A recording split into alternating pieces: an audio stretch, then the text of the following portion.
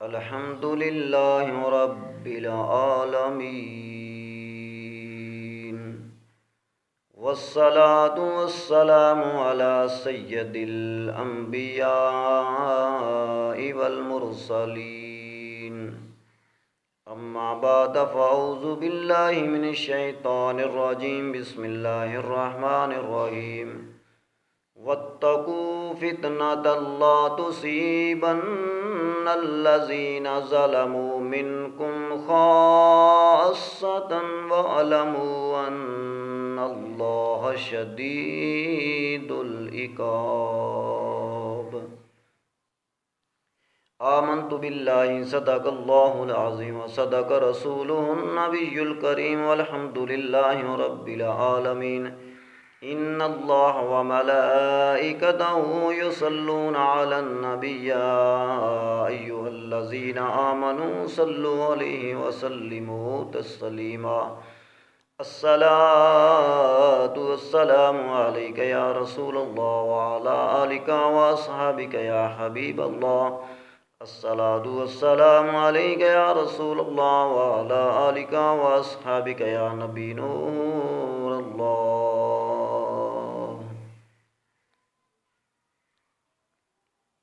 اللہ تبارک و تعالی نے قرآن مجید فرقان حمید کے اندر ارشاد فرمایا، سورت انفال دی آیت نمبر 5 دے اندر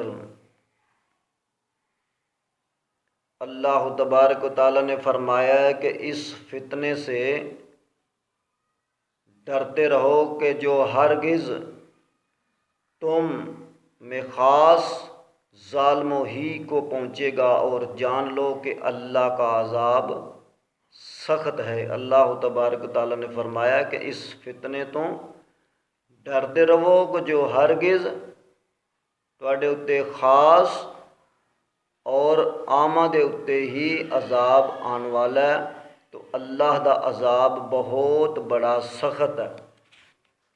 تو اس آیت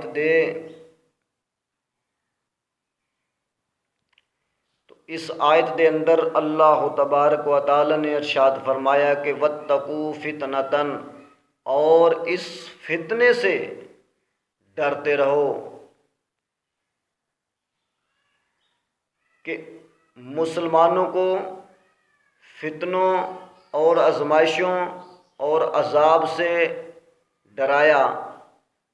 اگر ظالموں پر عذاب، اللہ تبارک تعالیٰ نے فرمایا کہ اگر عذاب ظالموں پر نازل ہوا تو وہ صرف ظالموں ہی تک محدود نہ رہے گا، بلکہ نیک و بد سب لوگوں پر عذاب نازل ہوگا۔ تو اس آیت دی تفسیر حضرت عبداللہ بن عباس رضی اللہ تعالی عنہ فرماتے ہیں، حضرت عبداللہ بن عباس رضی اللہ تعالیٰ عنہ فرماندے نے کہ اللہ تبارک و تعالی مومناں نوں حکم فرماندا ہے کہ اپنی طاقت و قدرت دے مطابق برائیاں نوں روکو اور گناہ کرن والیاں نوں گناہ تو منع کرو۔ اگر انہاں نے ایسا نہ کیتا تو عذاب ان سب عام اور خاص نوں سب نوں ہی دتا جائے گا۔ اللہ تبارک و تعالیٰ نے فرمایا کہ یہ عذاب عام اور خاص نوں سب نوں دتا جائے گا۔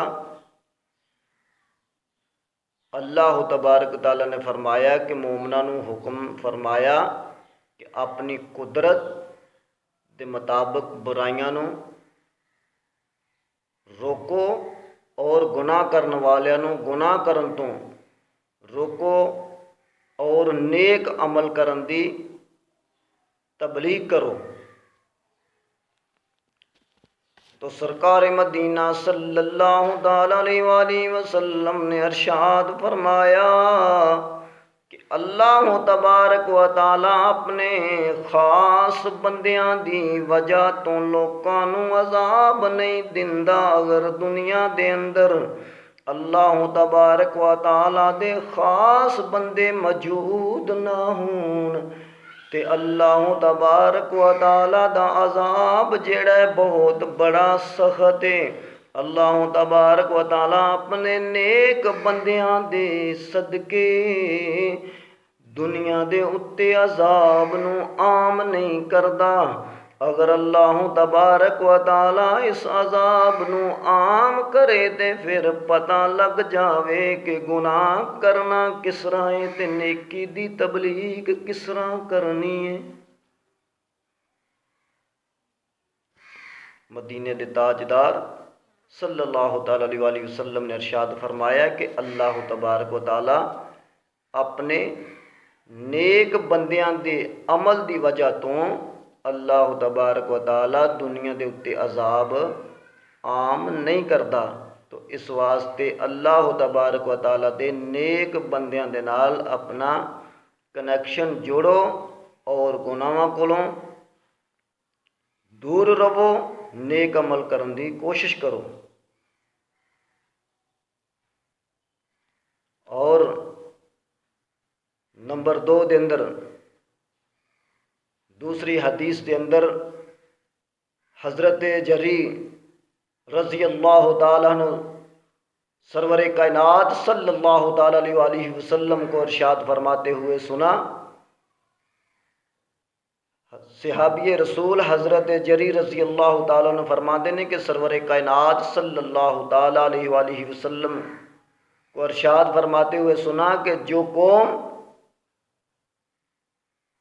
میں جو شخص گناہوں میں مبتلا ہے اور قدرت دے باوجود گناہوں کولوں نہ روکے، نہ خود گناہ کولوں روکے، نہ دوسرے نو گناہ کرن کولوں روکے، تو وہ بندہ مرن تو پہلے اس عذاب دے اندر مبتلا ہوئے گا۔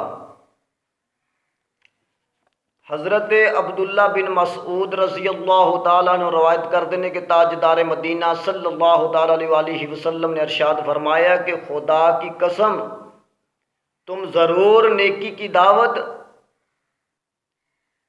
دیندیاں رہنا ہے اور برائی تو منع کرتے رہنا لوگوں نو۔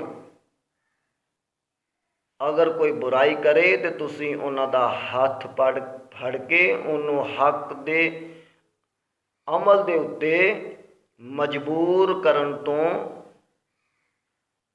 انہوں مجبور کر کے او دے کولوں گناہ چھڑا کے انہوں نیک عمل دی طرف اس بندے دی توجہ دلانی ہے۔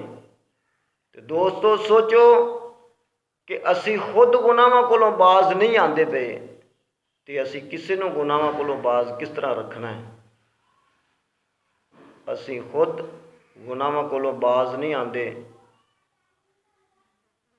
تو اسی خود گناہاں کولوں باز آواں گے تو پھر اسی کسے نو بھی گناہاں کولوں منع کرن دی کوشش کران گے۔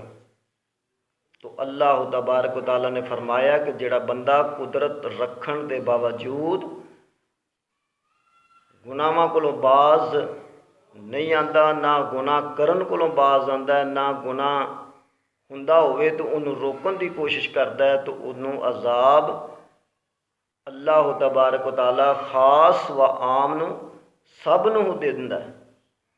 تو اس واسطے دوستو دعا ہے کہ اللہ تبارک و تعالیٰ سانو نیکی دی دعوت دین دی توفیق عطا فرمائے اور سانو نیک صالحہ عمل دی توفیق عطا فرمائے، اور اللہ تبارک و تعالیٰ دے نیک بندیاں دے نال سانو محبت رکھن دی توفیق عطا فرمائے۔